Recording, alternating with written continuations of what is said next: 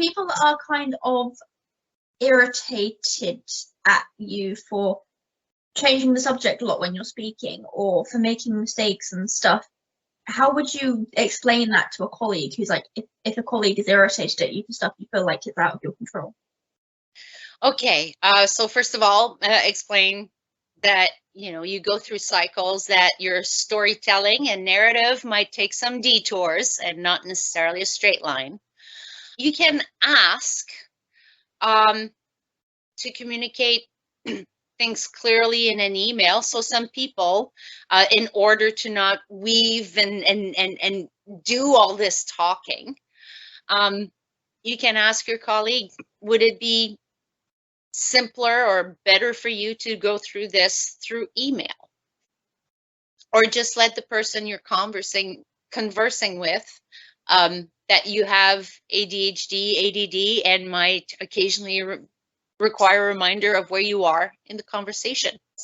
But yeah, so a lot of times people are very receptive, but for those, because you might also be accommodating someone else's ADHD, so it might be easier to communicate via email.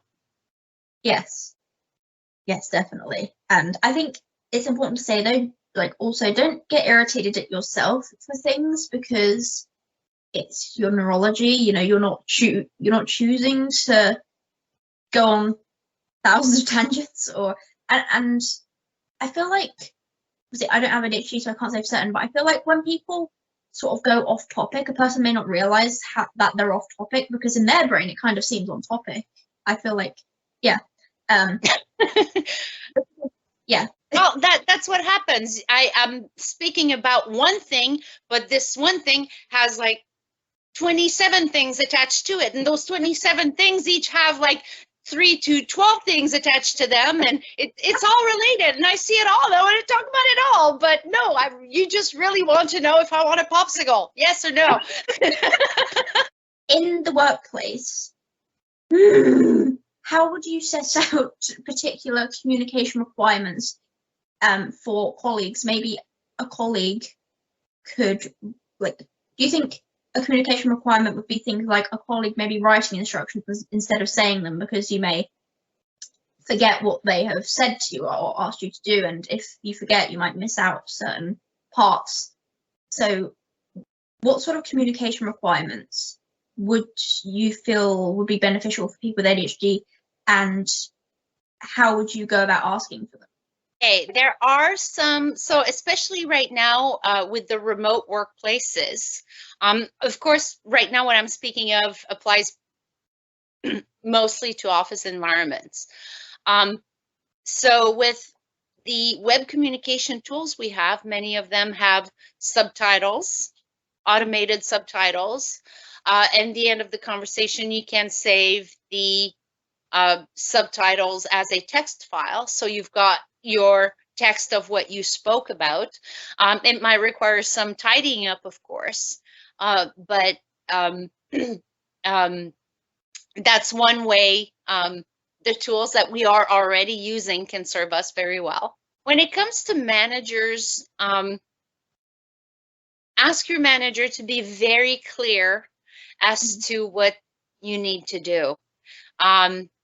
Because sometimes we'll be so focused on, okay, this is where we're going. They want 1, 2, 3, 4 steps, but then in 1, 2, 3, 4 stages to get there. But between stage 1 and stage 4, there's also 1.2, 1.3, 1.4, and just all those little subsections in between. So sometimes it's good to, all the time, it's important to have a manager who is understanding and willing to communicate like this. And communicating like this as a manager, to some might come across as micromanagement. So for people who are fairly independent or just don't like to be told, prefer to ask, it might feel a little bit much. But you have to keep in mind that if the manager is clear enough for an individual experiencing ADHD to make sense of this and just go, okay, yep, that can be broken down like this. It's good for the entire team, right? Yes. So everyone has the same understands the same thing their own way, but it's all right there. It's very clear what the expectation is. I think that will help people not miss things out, and will also just make people feel less anxious as well, because they know what to expect and what is expected of them. For an individual who struggles with starting tasks due to executive function issues, is there any support that could be given to people who experience that? Again, getting tasks started. Sometimes it's either down to I don't know how. Planning, or sometimes it's just adding one thing to an existing routine can appear overwhelming. Sometimes just adding a small task, which you know is fairly simple or appears simple, but adding that to an existing routine will seem like a lot, and sometimes will prevent us from being able to even start at all. So it's good to have a work buddy. It's good to have a work buddy that is aware of that. And yes, again, if we're starting with those tasks being clearly outlined, if we have all the tools in front of us, sometimes it's just being able, depending on what it is, right? Like some of us do have some kind of flexible schedules, in which case we have the ability to get away from the computer, do something else, and then come back to it when it just seems a bit easier to do or a little more manageable.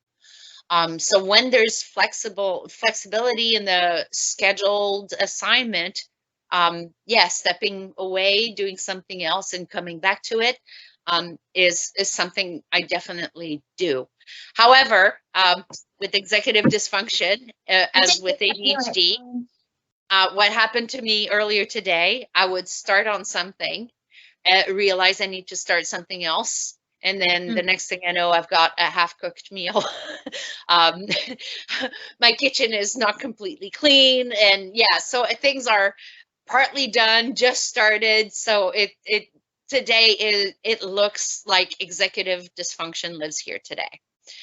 So there are some days that it's just going to be like that. So I know for myself, having, if it's something that requires scheduling or requires to be mindful of another person's schedule, like today, let the other person know, listen, this is what I'm going through today. Here's the option. We can do this today, but if it doesn't work for you, there's another time. So that's what we did today. So thank you for accommodating my inability to function executively today. Me as well the other day when I rescheduled.